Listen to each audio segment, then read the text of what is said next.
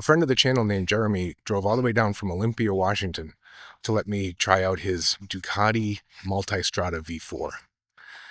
In return, I'm going to let Jeremy experience the pure, exhilarating power of the Moto Guzzi V85 TT. Then we're going to drag race and see who wins. That's not going to happen, but let's see what does happen.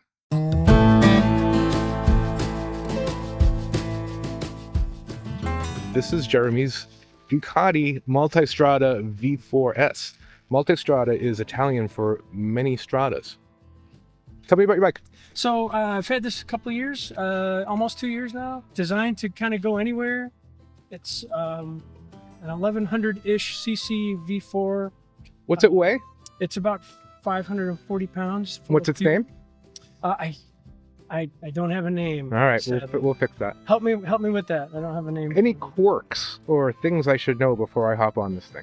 Yeah, I think it's taller than you think. Uh-huh. And so when you come to, it feels like you're on a, regular size short bike. And then when you come to a stop, the ground's not right there necessarily. So Okay. depending on what mode you're in, the suspension adjusts automatically. So cool. it could change too during the ride. That's good to know. Yeah, for sure. When I start going It's up and only down. an inch or two, but it definitely makes a difference when you're reaching for the floor. Come take a look at the quirk machine. Yeah, the 85. I have to say, I had a down payment on one of these Oh. before I bought the Multistrada. And it was just in the back of my mind, and I ended up with the Multistrada. But I love this platform. It's beautiful. I think it's the most beautiful bike on the road, actually. Okay, I got that on camera. That's good. I love the front of the engine with the wings, and then how they mimic that in the headlight, as you pointed out before. Yeah, I do enjoy a Guzzi. So let me show you some of the quirks on this bike. Okay, let me turn it on and show you that this bike has several riding modes.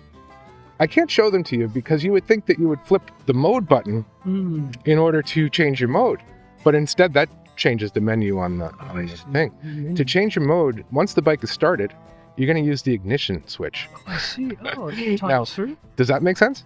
I got it now. Okay. I don't want you to be taken aback by the pure raw power of this machine, so we can put it into road, and then when you're ready, after a couple of years, right, then we can put it into sport.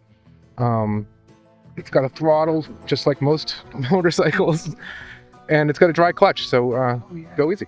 And, it's absolutely 100% beautiful, so make sure someone doesn't try to steal it along the way. That happens all the time. Defend it with my very flesh and blood. Excellent. That's it. Let's go for a ride. Let's do it. Tell us about your Scrambler. I hear you like it. I'm so in love. Quirky and fast. Okay, that's enough. All right. Just to be realistic here, I'm letting a dude I've never met before ride my prized Moto Guzzi. I'm a pretty good judge of character, so I trust this guy 100%. He seems like a real solid dude. Plus, he drove all the way down here just to ride with me, and Alice. So, what could possibly go wrong? Well, everything, but... Okay, it starts. Oh, I like it. Oh, all right. It doesn't go into first gear. Okay. Oh, because I'm on the kickstand. What? Oh, I'm an absolute moron. I just tried to switch into first gear by kicking the kickstand. Okay. My first time on a Ducati. Let me tell you a little bit about me and Ducatis. I don't know anything about them, but I always wanted to ride one. I am Italian. My Moto Guzzi is half Italian, half Swedish. I don't know. It's not. It's mostly Italian. I enjoy Italian food. I've been to Italy, and I enjoy my Italian heritage. I am slowly and surely becoming a huge fan of Italian motorcycles. And so, is Ducati the next logical step in that progression? I don't know. As I've said in previous videos, I'm not in the market for a big ADV. And this, to me, feels like a big ADV. How does it compare to the Moto Guzzi V85? I mean, it definitely feels, I wouldn't say twice as big, but it definitely feels bigger. Does it feel more powerful? Honestly, I'm in fifth gear, so...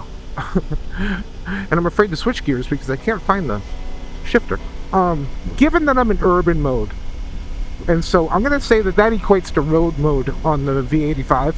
if I'm being 100% honest, when I give this gas, I'm not feeling the same torque I feel on the V85. Now, I totally get what's going to happen when I put this in the sport mode. But I'm not there yet. I don't want this to be a review of the Ducati Multistrada V4. Instead, what I want to say is this. I love all motorcycles, as I've stated before.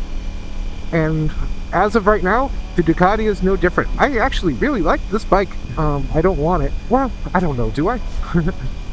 I would 100% rather take this across the country than the Tiger 900. Just because, I gotta say, that screen, I don't know if you can see it, it's really nice. I like the way it's laid out. I like the design of it. It's clean and crisp, and I like it. It seems more technical and less fluffy than other screens that I've seen, if that makes any sense. I don't know if it does. To me, it's got all the right info, and it looks nice. Overall, I think the V85 is much more flickable. Now, I haven't really done a whole lot of twisties, but I'm kind of like, I'm feeling it out. I've been on this road with the V85 1,000 times, so I know what it feels like to ride this road in the V85. In fact, this was the road I made the first video on when I got the V85. Now I'm leaning it over, it feels nice, actually. But it's definitely not as flickable. And, did I forget to... Oh, I forgot to clip my helmet, didn't I? Oh well. The V85, to me, feels more pure. It feels more visceral of a motorcycle. And for some people, that's a great thing. For some other people, they say, oh, I don't want that. I want something more refined. Well, if you want something more refined and you don't mind spending the extra money, I would recommend this bike, sure. Also, if you want a big ADV. If you don't want a big ADV, but yet you want some of the amenities of a big ADV, I will go to my grave, probably, recommending the V85. So the ultimate plan for this ride is that we're going to end up on dirt. Now, I'm not 100% sure I'm 1,000% comfortable riding a bike that I've only been on for 10 minutes on dirt, but I wouldn't do it if I didn't feel confident. And because this bike feels so much like the Tiger in some ways, and because it's just, I hate to say the words, confidence inspiring in general, I have zero qualms about taking this on a little jaunt along the dirt roads. I would love to try a different gear. Let's try 6th. Let's get crazy. There it is. Alright. Okay, there's nothing at 4,000 RPM in 6th gear. But this bike is just geared differently. The engine's different. Rough road, baby. Let's do it. So this is the true test. Couple of potholes. Yep, it goes over potholes. So it's a perfect bike. Again, I don't want this to turn into a review of the Multistrada V4. There's 1,000 of those on YouTube already. Basically, what I'm trying to do here is tell you how it feels to hop on this thing for the first time and take it for a spin, and compare it to how it feels to take the V85 for a spin. You all know my perspective on taking the V85 for a spin. I love it. But we're going to ask Jeremy what he thinks. That sound you hear in the background is the strap of my helmet banging against the side of my helmet because I'm a moron. I'm gonna ambush Jeremy and get some first impressions. Alright, Jeremy, first impressions. Oh, I love this thing. It's it wants this. It seems like the weight is down so low, it just wants to tip into turns. Yeah. And it's so fantastic, and there's always some power right there to squirt you out the other side. And you weren't even in urban mode, were you? Did you switch? I switched to road. Yeah. When we come out of here, you should try sport. It really is. Some people say, I don't understand why it has riding modes, and I say because it's a completely different riding experience when you put it in sport. It really is a lot different. This thing is really nice. It's very smooth. I'd be interested in trying it in sport mode. I thought the urban mode was... I thought there'd be more there. Right. But I'm guessing that's probably going to change once it... It's going to change. Sport mode is 170 horsepower. Oh, God. Urban is 100. Okay. So it's going to just about double, and it feels like it doubles. So, because there's an immediacy to sport mode also, so it's right there. Yeah, that's kind of exactly what happens with this, except you get 70 horsepower instead of 170 horsepower. So it might be slightly different. What do you think, Alice? Okay, so we're switching to Enduro mode Press now. mode. All right. All right. All right, I'm standing up on a Ducati. I'm gonna hit a bump, just get a feel for what's gonna happen here. Ooh, okay. Well, this is nice. I think it says something about this bike that I hopped on it and I'm riding on gravel and I don't feel uncomfortable about it. Now, of course, I've ridden this road 1,000 times by now, so there's not a lot of surprises for me. This is going to be a surprise for them, though. Hi. You'll be fine. But I'll tell you one thing I'm learning about my riding in general is these are the types of roads I could spend the rest of my life riding. I don't want to do those big BDRs. I mean, I kind of do, but not 100%. This is what I want to do. I don't want to do anything much more difficult than this. Maybe a little bit more sometimes, but this is the kind of riding that I feel like I just want to do forever. Because two reasons. One, it gets you out in nature, right? You're not going to see this stuff in the middle of Portland. You're going to see some stuff in the middle of Portland, trust me, but it's not going to be this. And then, secondly, there's no cars. So you don't have to worry about getting T-boned, you know? You don't have to worry about drunk drivers to a certain extent. I mean, anytime I see a driver out here, I just assume they're drunk because they probably came in here to drink in the woods like I did in high school, which I didn't because I didn't have any friends. But anyway, all right, I've had a revelation. You ready for my revelation? This is a good one. I kind of alluded to this in my video about you should buy whatever bike you want. But I'm just going to come out and say it. I swore off big ADV bikes because I don't think anyone needs one, and I certainly don't. But the reality is, like I said, I actually just didn't like the Tiger.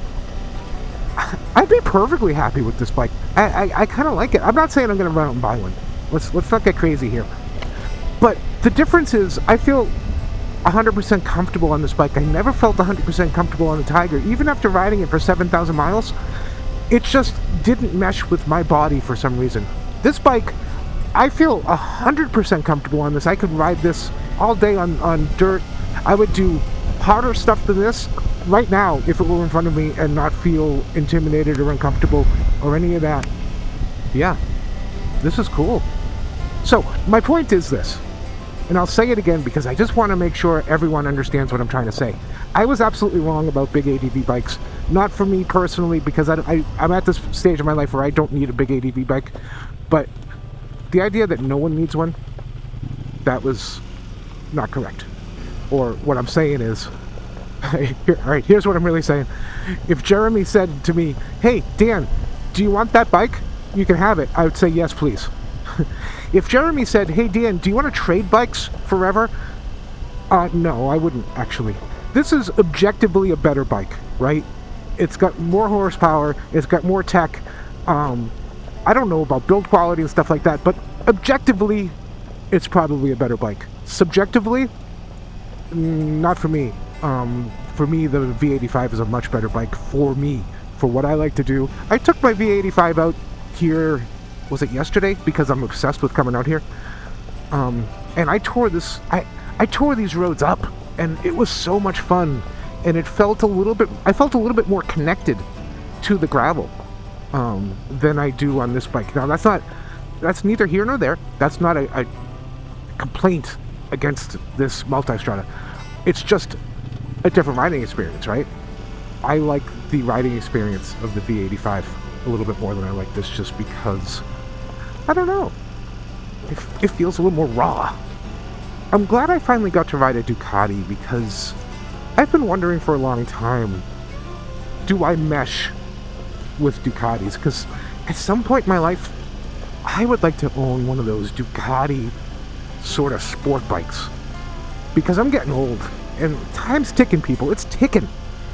And if I'm gonna own a sport bike in my life, the time is now or soon or next year. I don't know. I haven't decided. But I was wondering, like, do I get a would I be looking for a Japanese bike, or would I be looking for, I don't know, like one of Triumph's sporty bikes, or do I want to just stay Italian? Stay Italian, my friends. And after riding this for, 20 minutes now, I'm a Ducati fan. definitely. I would buy a Ducati t-shirt, and I might just do that tomorrow. Oh, right. It sounds nice, too. Listen to that. Yeah.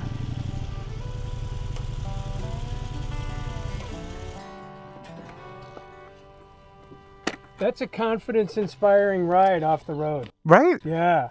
It feels a little bit more, what I was saying into the camera earlier, it feels a little bit more connected. Like, this is beautiful. I actually really like this bike.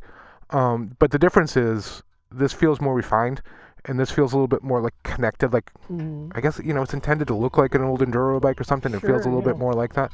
Yeah. I'm not saying it's an enduro bike by any stretch. No, I hear you. But yeah. So did you felt confident? Yes. In fact, more confident than I feel all the miles I put on a 200-300 miles on dirt on this. Yeah. And I feel this more confidence inspiring by a fair amount.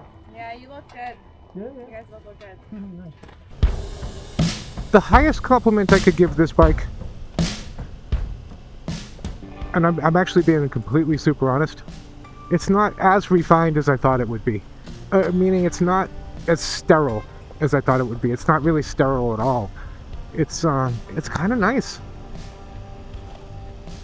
It's changed my mind a little bit more about bigger ADV bikes. I guess the next thing I have to do is try riding a BMW. I don't know how things work. I just shifted while standing. Oh god, I almost dumped it. There we go.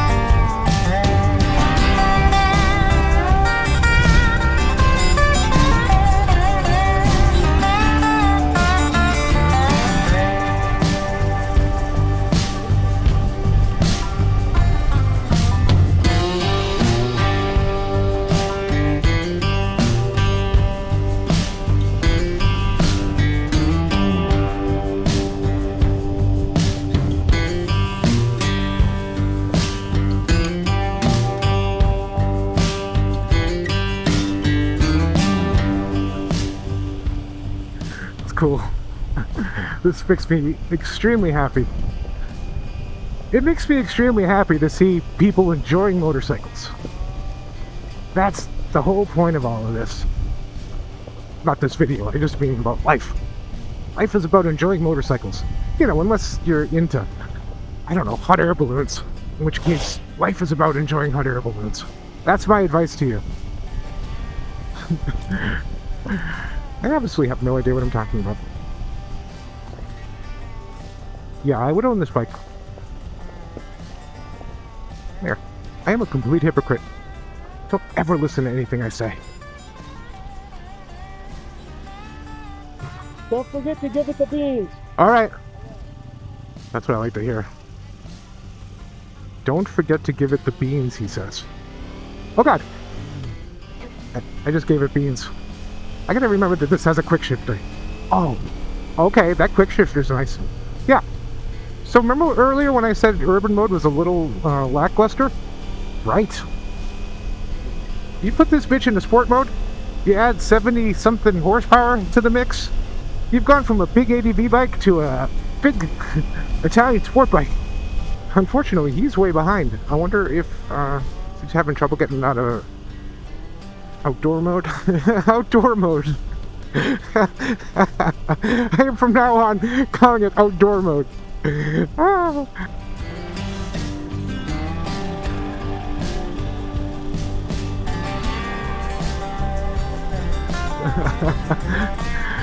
There goes Alice.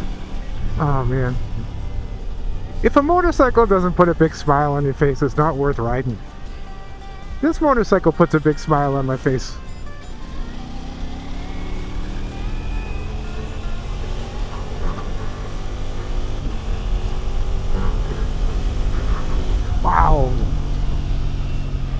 All right. This bike puts a big smile on my face because of its heritage, because of its character, because of its goddamn color. I mean, look at it. It's beautiful. Because of the way it rides, because when you twist the throttle, you feel like you go into space. Oh shit, I think that was the cops. Oh well, I don't know. I don't know what this video is about. I just thought it'd be fun to take you along for a ride with one of my subscribers to the channel and just, I don't know, experience something cool. This guy drove a long time just to come down and hang out and try different bikes and show me how much he loves his bike and to see why I love my bike so much. And dear God, if I could do this once a week, twice a week, if I could do this every day, I'd be a pretty happy man. But I don't know, I just thought it was cool. I thought it was cool that he did that. I thought it was cool to have the opportunity to do this. And I just wanted to share just the pure joy of it all. As you all know, I'm getting ready for my big cross-country trip. I leave in less than a month. I have my go route all selected. I'm going to be going the Great Northern Route, which is basically Route 2 until you get to Canada. And then I'm going to go through a little bit of Canada. And then I'm going to come through New York and Massachusetts and whatever, and I'm going to go to Cape Cod and spend the weekend with my old high school friends, my best friends in the world, 100 years later. And then I'm going to leave Cape Cod. I'm going to go say hi to my mom. And then, I don't know, it's up to you. I'm going to ask you to help me sort of day by day plan that route home. I know one thing I really want to do is I want to, towards the end, I want to hit the Lolo Pass. I got an email from, As the Magpie Flies, Amanda Zitto, and she gave me this route. So it's got all kinds of resources and everything identified in the whole area around the Lolo Pass, which I thought was fantastic, so thank you, Amanda. And if you're not aware of Amanda's channel, she's amazing. Go check her out. I'll leave a link up there. So I want to do the Lolo Pass. But how I get to the Lolo Pass is completely up in the air. I've got, I don't know, 2 weeks to make my way home. I'm not going to rush. So it's kind of nice. I want to just go on an adventure. You know what I mean? I don't want to have everything planned out. I'm going to bring my camping gear. And I'm going to make my next video, I think, will be all about the gear and stuff that I'm taking and using for the trip. Recently, Lone Rider sent me basically a FedEx truck full of gear to check out and talk about on the channel. I wouldn't normally accept products like that from a company, but I really already love Lone Rider. I have one of their bags already, and I have one of their tents, and it's all just super great stuff. Really like it. Hold on, I need to give it the beans. One beans, please. All right. So I'm gonna slow it down so I don't have to get bailed out. Anyway, Lone Rider, fantastic company to work with. I wouldn't hawk their goods if I didn't 100% trust and believe in what they're doing. So more about that later. But just know, I've now got more gear for luggage purposes than I could possibly use on the trip. So I'm gonna have to sort of decide what the best strategy is for packing. I also need to really decide, do I bring 30 pounds or whatever of camping gear, or do I just ditch the whole romantic idea of camping? I think I really want to do some camping. Plus, you know, I gotta be honest, if I'm doing 3 or 4 weeks on the road and a motel or a hotel every night at, let's just say, $100 a pop, and that's on the cheap side, that's going to get expensive real quick. So if I can find some free camping or some cheap camping along the way, that'll free up some money to do other fun stuff for, you know, retire. I don't know, pay the bills. More about that coming up.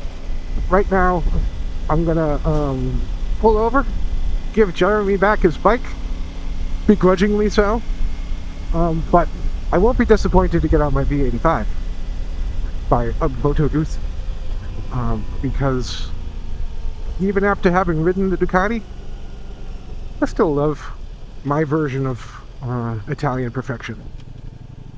You know, some people call me Italian perfection. I appreciate that. I managed to ride a subscriber's bike without dropping it, crashing it, scratching it, flipping it over. Hit the like button if you want to come ride with Bug. I won't flip your bike over. I won't drop it. I won't scratch it. I won't crash it. Maybe. I gotta go wash my Guzzi.